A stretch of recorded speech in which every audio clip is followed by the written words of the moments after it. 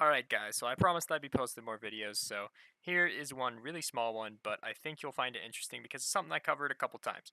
So, a while back, a really long time ago if you were on my channel that far, like way far back, we had something called a fireball. And it was I think 2 steps, it had like 20 command blocks, how to do fireballs. You would look around, you would shoot it, I might have a little thumbnail up there just for reference, like a little bit of footage from it. But anyway, it took a bunch of commands. It took two tutorial videos to show how to do it. Then I came up with a second version, and I think it was for 1.9. So that one was in 1.8, and then I came up with the 1.9 version, showed how to do that or something like that. But here we have the 1.13 snapshot, at least. End all fireball version. I don't think it gets any simpler than this. We have 2 command blocks.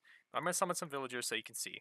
Let's just check this out. So first we have this trident, and obviously it's a trident. I haven't fixed the textures yet, so I'm sorry that it kind of ruins part of it for you, but here you go. So hold right click and boom, just like that. And boom, and boom. And if I hit the ground, it blows up too. So we go boom, and boom. And it's a perfect fireball. So simple. And you might already be thinking, well, if you can do it with a fireball, you can do it with anything. You can do anything. And really, you really can do almost anything, which is just amazing with the trident. I freaking love it. It just gets better every time I look at it. Okay, so first off, I posted a little Twitter post, and I was like, hey, I did it with 3 command blocks. But then I realized that there's another way to do it. So the first thought process was, okay, so we have this trident. So what if we execute at the trident, and we check when the trident is I'll just drop it for comparison. Let's check when the trident is within a radius of something, and then summon a fireball at that something, or summon a fireball at the trident when it's in a radius of something, which is what I did in the Twitter video. But then I looked with the /data command, and I'll go over some commands if you guys want, maybe, probably. So I looked at the /data command, and I used the /data command on tridents, and with /data, you have to do limit because it can only do one at a time. So I looked at the /data command on tridents, and I noticed there's this tag towards the bottom called damage dealt 1b. So I just looked at that, right? Then I shot it up in the air, like that, checked it. Damage dealt says 0. And once it lands, damage dealt says 1. And when it hits an enemy, damage dealt says 1. And that is when I was like, hell yes, boys, we got it. Anyway, simple. So if you don't understand the new commands, that's okay. I'll explain them maybe later. But the point is, it's really simple. It's the same as the old version, except just there's something a little different about execute. Anyway, but it works the same. So we're just executing at the trident that has damage dealt of 1b and summoning a fireball. And then the next command is killing a trident that has damage dealt of 1b. 2 commands, that's it, all done. That's all that it is. Now, let me do that. So if it's in the ground or it hits something, it's going to get the tag of damage.1b, which is already in the game, which is awesome.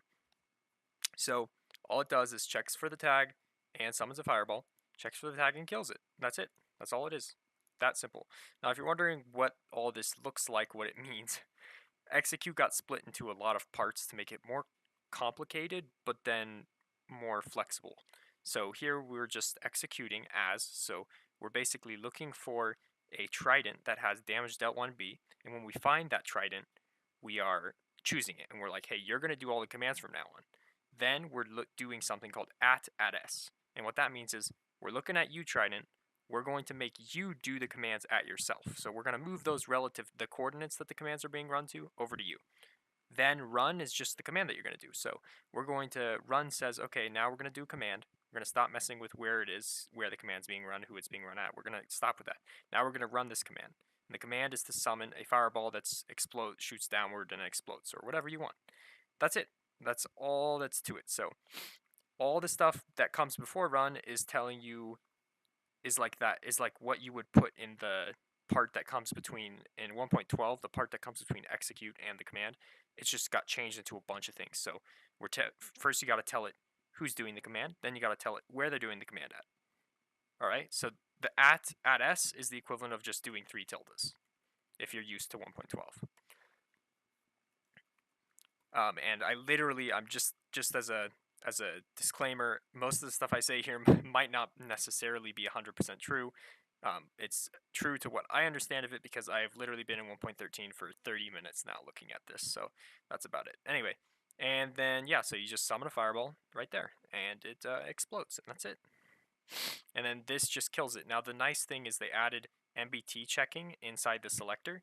This would have had to be 3 commands. First, it tags a trident. In the previous 1.12, you would first have to add a tag to a trident that has the tag, the MBT tag, and then do all this stuff at it.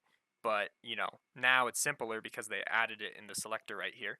So in the selector, you just get rid of one command and put it in the selector. So this will check for a trident that has this MBT data, which is damage dealt 1.